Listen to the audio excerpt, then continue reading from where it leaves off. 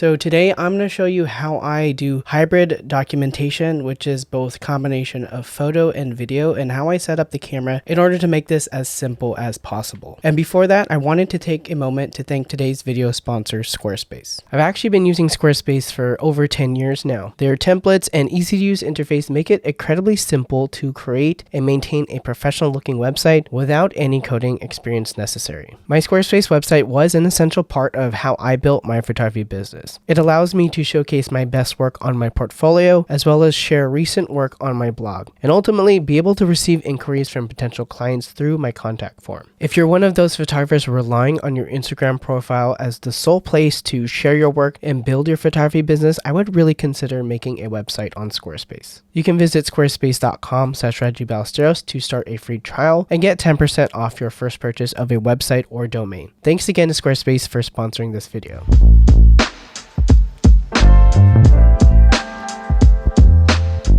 In order to go into video mode, it is as simple as just pressing the drive button right here and then pressing up once, and then you're straight into movie mode. And the key to doing movie mode is that you have to have set movie optimize control. You want to turn this to on. So if we have it off right now, it's going to follow all the settings that are already set for the photo mode. But if we turn it to on, we're going to go down here, movie optimize control. It allows you to decouple all the settings for video mode separately from photos, so you can switch between them while having independently controlled exposure settings. So here, I already set that to on, and then what it's going to do is it's going to allow me to change the aperture, and allows me to change the aperture to what I want.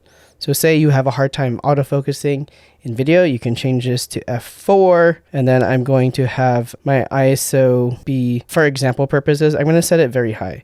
So, and the reason is to show you that I need to use the ND. And if I need to turn on the ND filter, I'm going to put the internal ND filter on by holding down the switch. And then we're going to turn on a light here just to show an example. This is somewhat exposed well with the ND filter on. And then all we have to do is press the drive button again to switch the mode. Press down, and then you're in photo mode. So now we can drop the ISO to what we need. Here, probably going to bring it down to like 400 right here. So we take the photo. I'm going to take some photos. And now I press the drive button, switch over to movie, and then we have everything set with the ND filter on with ISO 6400 at 1/48th of a second. So everything is changed. So let's just take a movie right now. We're going to film something. We turn that off. And now we go back into here and it's ready to take more photos. That is the simplest way to go from photo to video, is to decouple the settings. And because you have the internal ND filter, that means you can shoot in F-Log or F-Log2, which has a very high base ISO. So F-Log2 requires ISO 1000 to do any type of video, which is going to be difficult if you're in daylight settings and you need that ND filter to lower the exposure. That is where the X100VI is the only camera within the Fujifilm lineup that allows this type of hybrid photo and video documentation with an internal ND filter. So now I'm going to go into the actual video settings that I set. Going from the top in the movie settings list, I have it to 4K HQ 16:9. And the reason for this is because 4K HQ actually has a lot more dynamic range than regular 4K, and I don't really have any need for 6.2K because I'm always going to downsample the way that I use video to 4K anyways. And I put it to 23.98, which is 23976 basically frame rate, which is real time for that cinematic motion blur. And then I have it set to record to the SD card at H.265 at 422 because I'm going to be color grading and getting more colors out of the camera. And I have 200 megabits per second, which is the highest quality. If you find that your recording takes too long with your SD card, you might want to bump that down to 100 if you need to. And I'm shooting in F-Log2. If you don't want to shoot in F-Log2, you can go up here and shoot in my favorite classic Chrome if you want to, but I shoot in F-Log2 for now. Going down, I have all these other things off. You're going to record the media to the SD card, and then here the HDMI Output, usually you want this on off. I have it on because it's recording my screen right now that you see here. And you have data level to full range, and I have my photometry set to whatever because I actually record in manual exposure, and I have the IBIS on.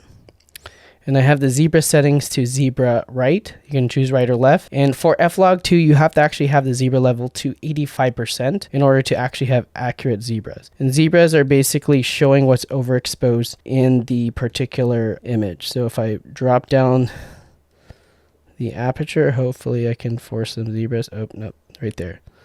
Those are zebras. That shows that that part of the shield is overexposed.